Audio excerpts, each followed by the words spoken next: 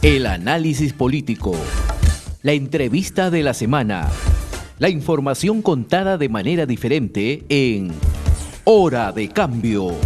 Desde estos momentos nos conectamos con el Perú en Hora de Cambio. Si quieres estar bien informado, quédate en Hora de Cambio. Imparcialidad, objetividad al momento de darte las noticias con Hora de Cambio. Bienvenidos.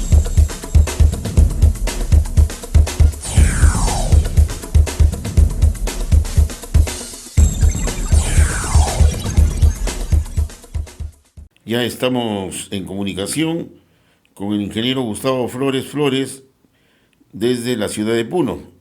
Y también vamos a entrar en conversación con el señor Raúl Ceballos Alpaca desde la ciudad de Huancayo, Junín. Bueno, empecemos pues con el señor Flores. Continúan las protestas, continúan radicalizándose las movilizaciones a nivel nacional. La ciudad de Puno prácticamente se ha convertido en una ciudad y una región ingobernable. Se habla de quema de comisarías, instituciones financieras, etcétera. Y lógicamente que esto nos debe ya llamar la atención porque estamos entrando en una nueva semana y se pensó que ya iba a haber un poco más de tranquilidad. Denos una explicación de lo que está sucediendo en Puno, ingeniero Flores. Muchas gracias por la entrevista. Nos duele mucho a los puneños, a quienes queremos y amamos esta bendita tierra donde hemos nacido.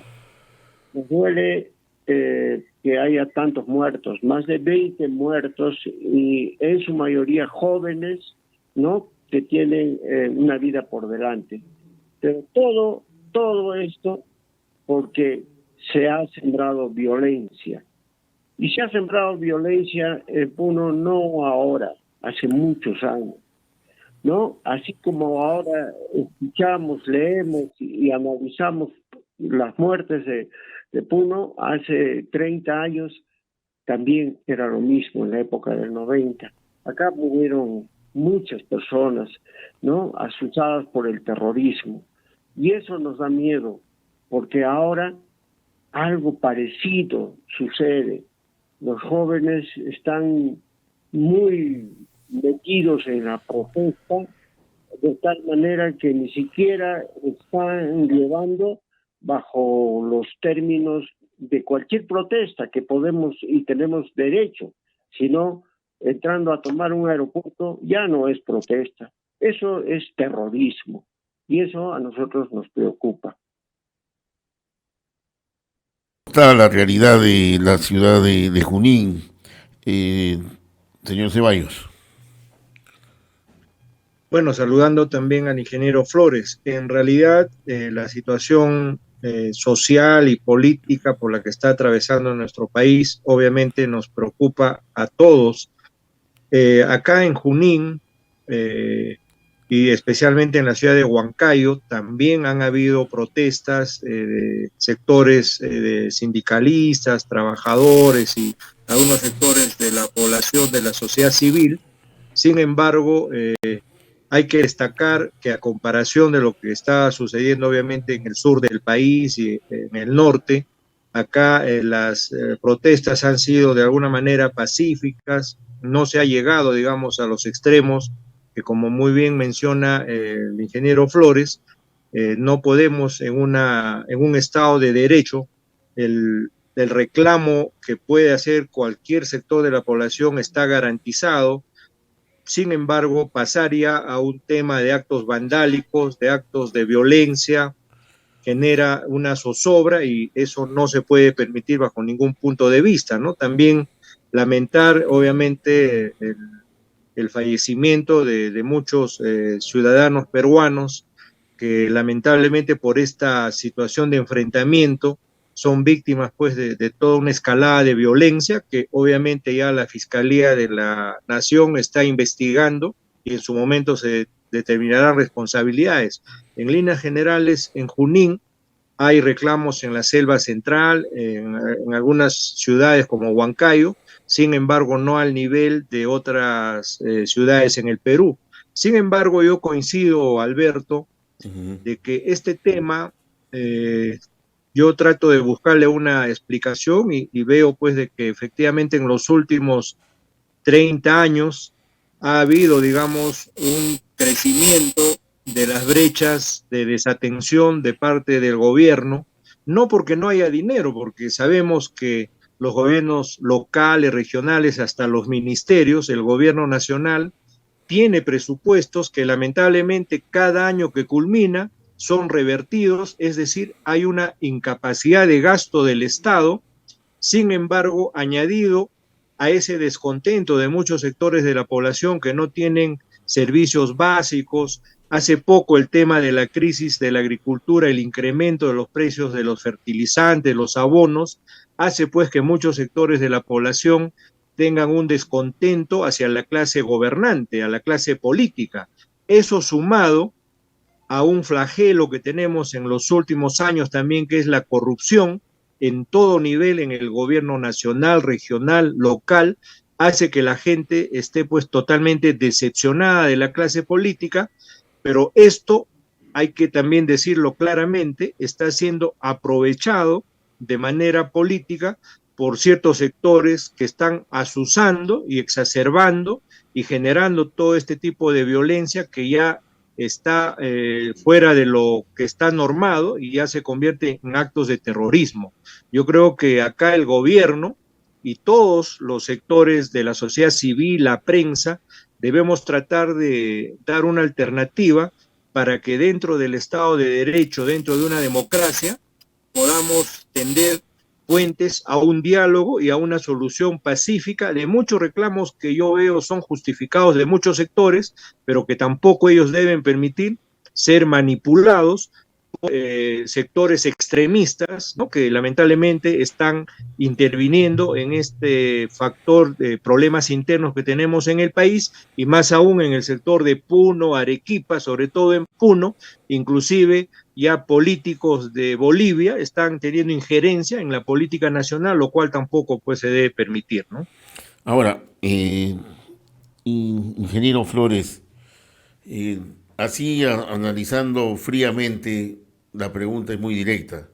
¿En qué se ha beneficiado Puno y Lave? ¿En qué se ha beneficiado sus principales fuentes de supervivencia que tiene Puno en relación al Estado? ¿Qué ha hecho el Estado por Puno en los últimos 30, 40 años? Bueno, en primer lugar yo saludo y felicito al señor Ceballos por un muy buen análisis, ¿no? Yo creo que Huancayo, que es la capital de Junín, ha adquirido bastante madurez, y por eso es que ha llevado la protesta dentro de los cánones civilizados. Bueno, creo que hay aquí una serie de contradicciones. Puno es una región de mucha riqueza natural, ¿no?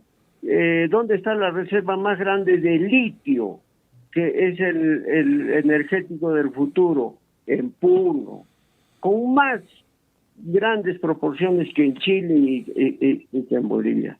¿Dónde está el mejor turismo para mí? El mejor turismo después de Cusco es Puno, con el lago Titicaca. ¿Dónde se produce quinoa en más alta proporción que en Bolivia? En Puno, ¿no? Y así una agricultura no solamente de la meseta andina, sino también de la selva. Existe un potencial hidroenergético para dar energía a la mitad del Perú en la zona del Inambari. ¿Por qué no se hacen estos grandes proyectos? Por desidia del gobierno y también por la protesta y la incomprensión de la población. Entonces aquí falta francamente mucha educación. Educación es un sector clave, es importante, porque la ignorancia a veces, como dicen nuestros abuelos, es atrevida, y la ignorancia lleva a pensar que las cosas van a salir como de una chistera, que los proyectos van a salir así nomás, que vamos a desarrollar de la noche a la mañana, porque va a entrar un señor gobernante a prometer que voy a hacerlo, y al día siguiente vamos a tener todo. No, tenemos que saber nosotros administrarnos, tenemos que tener educación para eso. Solamente le pedimos al gobierno central que nos den las normas, las facilidades, y como usted ha dicho, presupuestos que sobran. Vayamos a ver la ejecución del presupuesto de Puno y de Junín.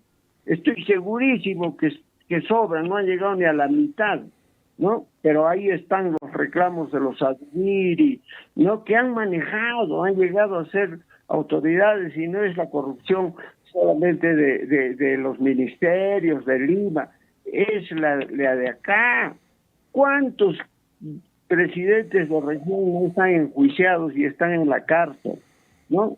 Se les dio todas las posibilidades de que manejen su presupuesto con Alan García, y al final, ¿qué resultaron? Que ellos repetían los vicios a quienes criticaban de la corrupción. La corrupción ahora ha llegado y se ha expandido hasta el mínimo, hasta los porteros quieren su cuota, ¿no? Entonces están con el ejemplo de Cerrón, que todos saben, ¿no? Ha sido gobernador regional y todos saben que ha estado metido en corrupción, pero es líder, ¿no? ¿Qué clase de líderes, no?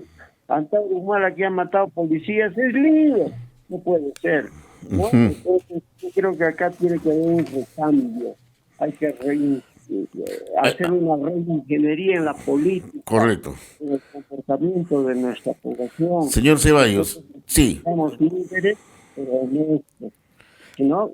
Correcto. Que sepan y que tengan las uñas bien cortadas. Señor Ceballos, sí, entendido, señor Flores. Bueno, hay mucho por hablar. Claro, pero quería preguntarle, que también debo hacer la misma pregunta, señor Flores. Señor Ceballos, representante de Huancayo, que estamos en comunicación con la región Junín, ¿esto qué puede significar? O sea, en el fondo, ¿qué cosa está significando todo esto? Que el modelo se ha agotado, el modelo del tipo de representatividad que tenemos, porque si hablamos de Huancayo, hablamos de Moquegua, hablamos de Ancash, hablamos de cualquier región, lo que caracteriza es de que no se ejecutan las obras, no se ejecutan los presupuestos, pero sí le meten mano a lo poco que hay, o sea, la corrupción. Puno debería estar reclamando no solamente al gobierno central, sino tiene sus representantes que son los de la región, de igual manera Huancayo o cualquier otra región de nuestro país. Y ahí es donde va la pregunta, señor Ceballos. ¿Usted cree que se ha agotado este modelo de representación que tenemos? ¿Usted cree que de la forma como se ha estructurado las regiones no está solucionando los problemas centrales, vitales que necesita el país?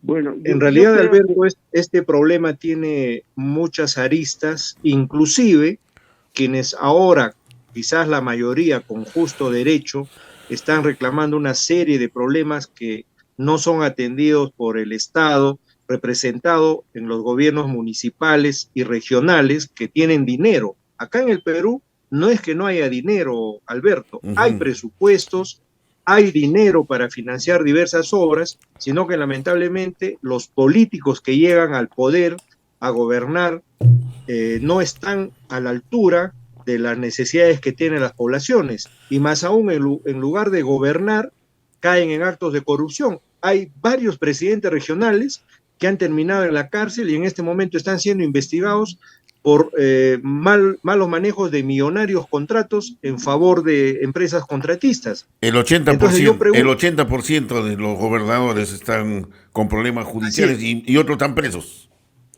Eso refleja justamente lo que hablamos. El tema de la corrupción es uno de los principales problemas en el país. Es por eso que cuando estamos viendo que efectivamente tiene que haber un adelanto de elecciones que se ha fijado para abril del 2024, justamente la idea es aprovechar y el Congreso tiene que estar a la altura para que pueda hacer ciertas reformas que nos garantice que los que lleguen a gobernar nuevamente en el Ejecutivo y en los gobiernos regionales y locales y en el Congreso sean personas que al menos puedan estar, pues, digamos, con un mínimo de garantía, que hagan bien las cosas. Pero si volvemos a elegir por el tema de adelantar las elecciones en unos meses, van a volver a entrar personas que tienen malos antecedentes, que ya no deberían postular a cargos públicos, vamos a tener el mismo problema en 1 o 2 años. Entonces, tenemos que ser serios en ver que este proceso de cambio de autoridades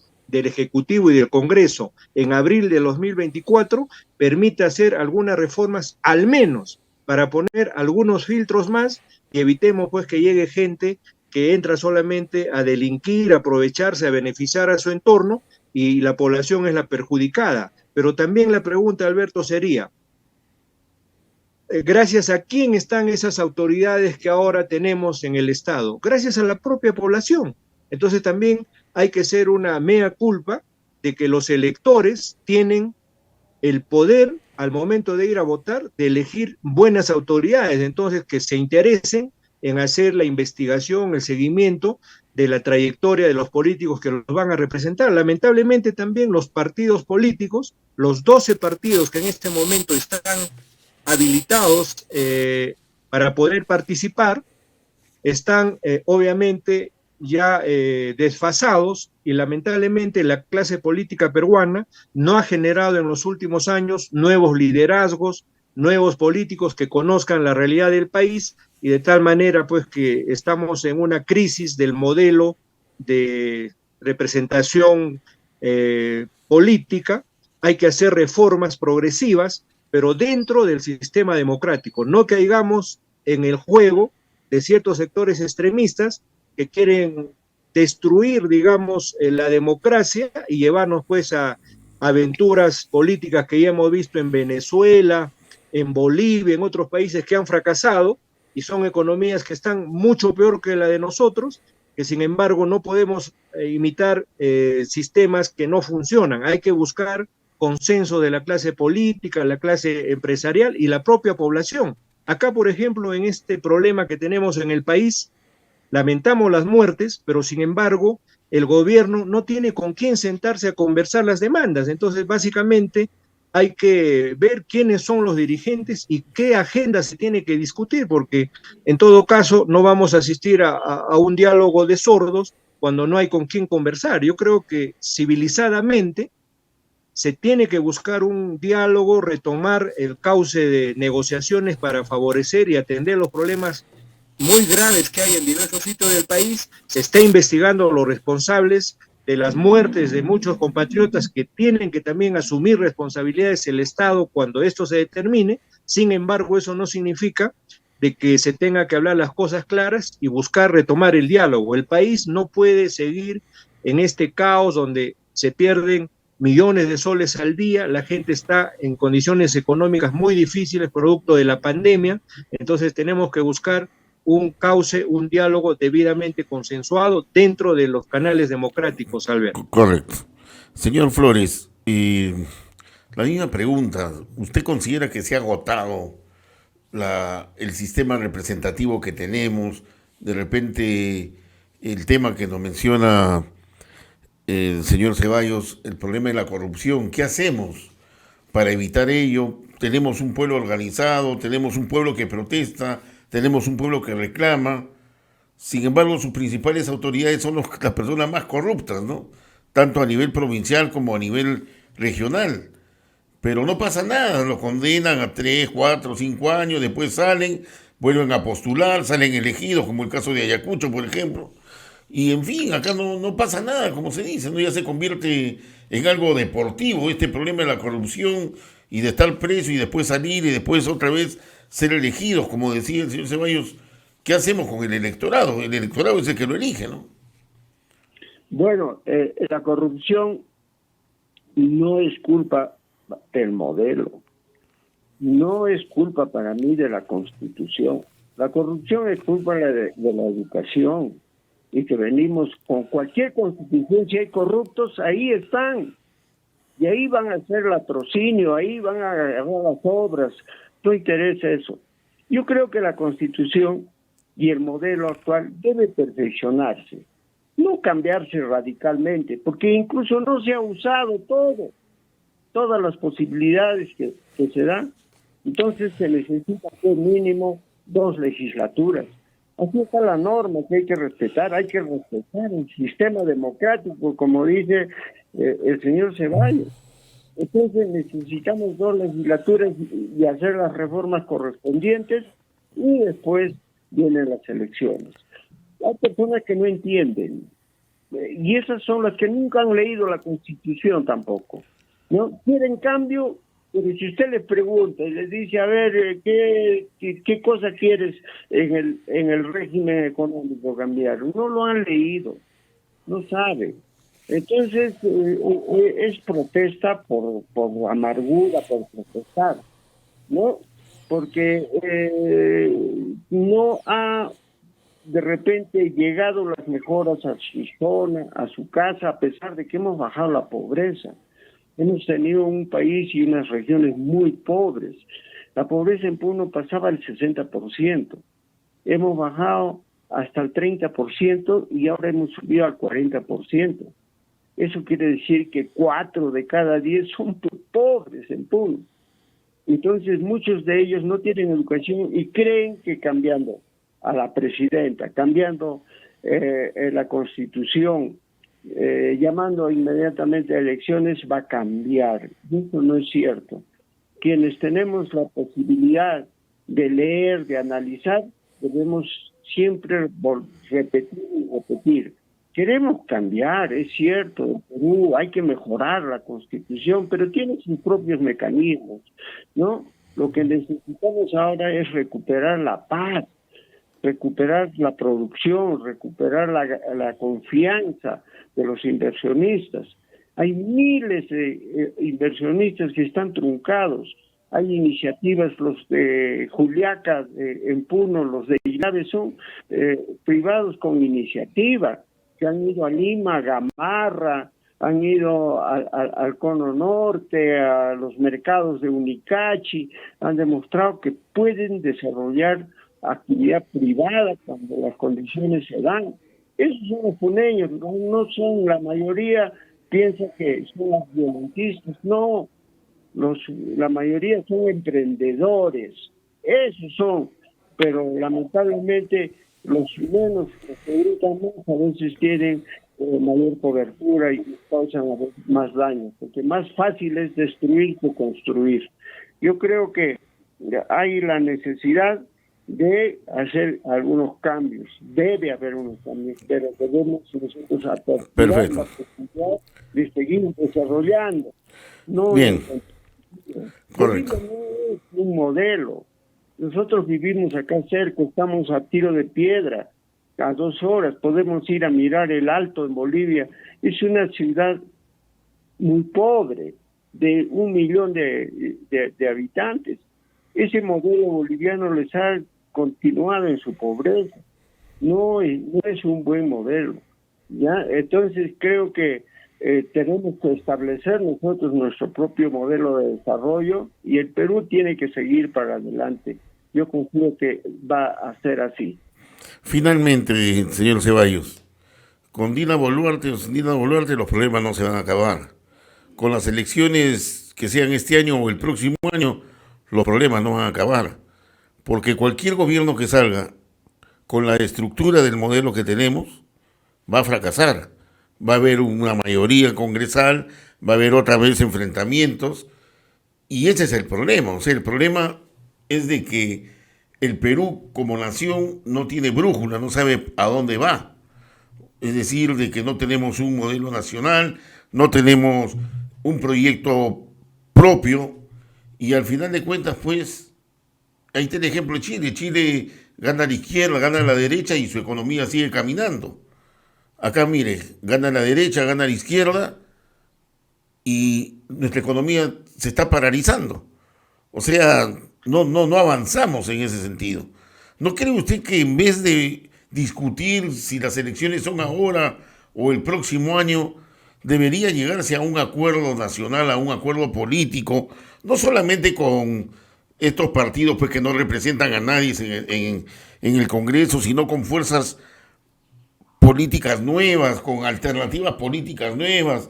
No hay una participación de la juventud en estos debates nacionales, y de ahí recién ya convocar a unas elecciones que no lo sabotee como lo que ha venido sucediendo en los últimos 6, 7 años acá en el Perú. Efectivamente, Alberto, coincido en muchas de las propuestas que tú mencionas.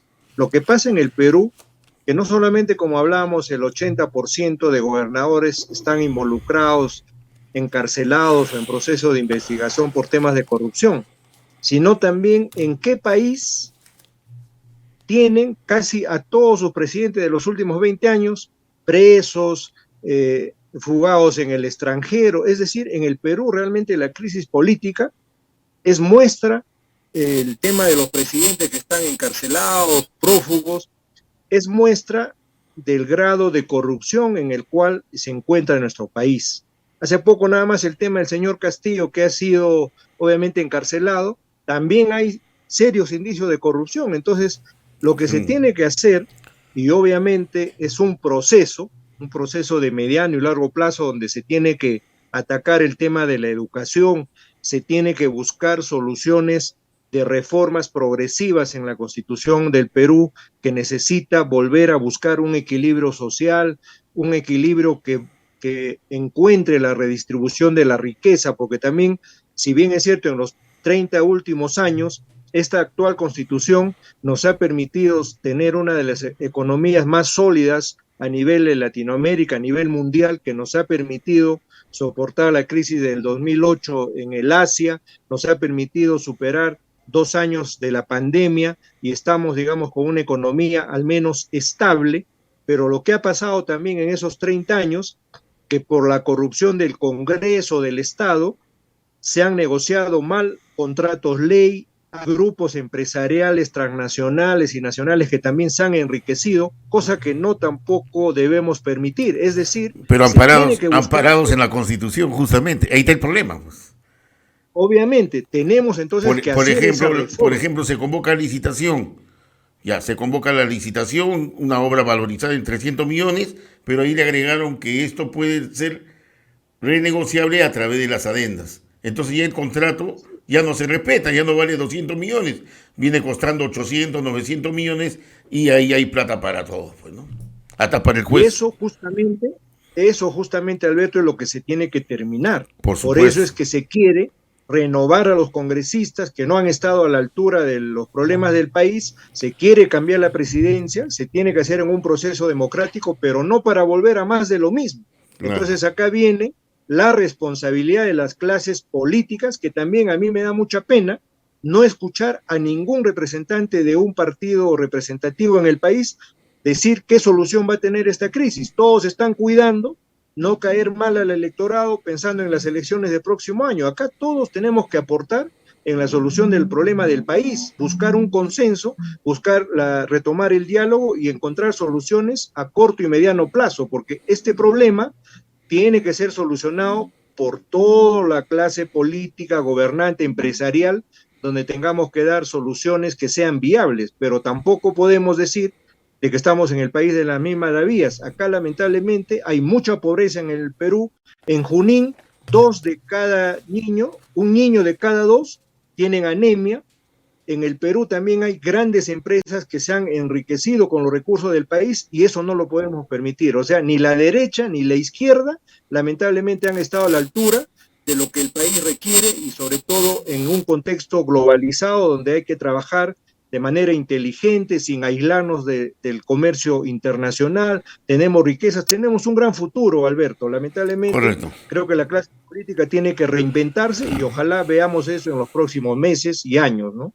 Muy bien, muy agradecido al señor Raúl Ceballos desde la ciudad de Huancayo por estos conceptos, por esta conversación alturada para buscarle solución a los problemas álgidos que vive el país. Le dejamos para que se despida también al ingeniero Gustavo Flores desde la ciudad de Puno.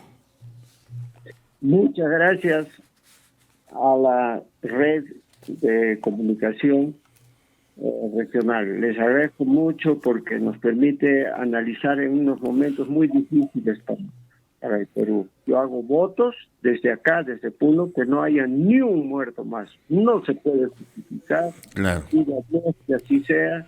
Y les agradezco infinitamente por el análisis que hemos hecho, sobre todo en los aspectos económicos, que son los más importantes para el desarrollo de nuestro país. Un abrazo. Bien.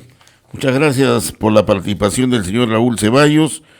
Él es analista político desde la ciudad de Huancayo, y el ingeniero Gustavo Flores desde la ciudad de Puno. Hemos presentado Hora de Cambio. Nuestro equipo de producción ya está trabajando recopilando información para un nuevo encuentro en Hora de Cambio.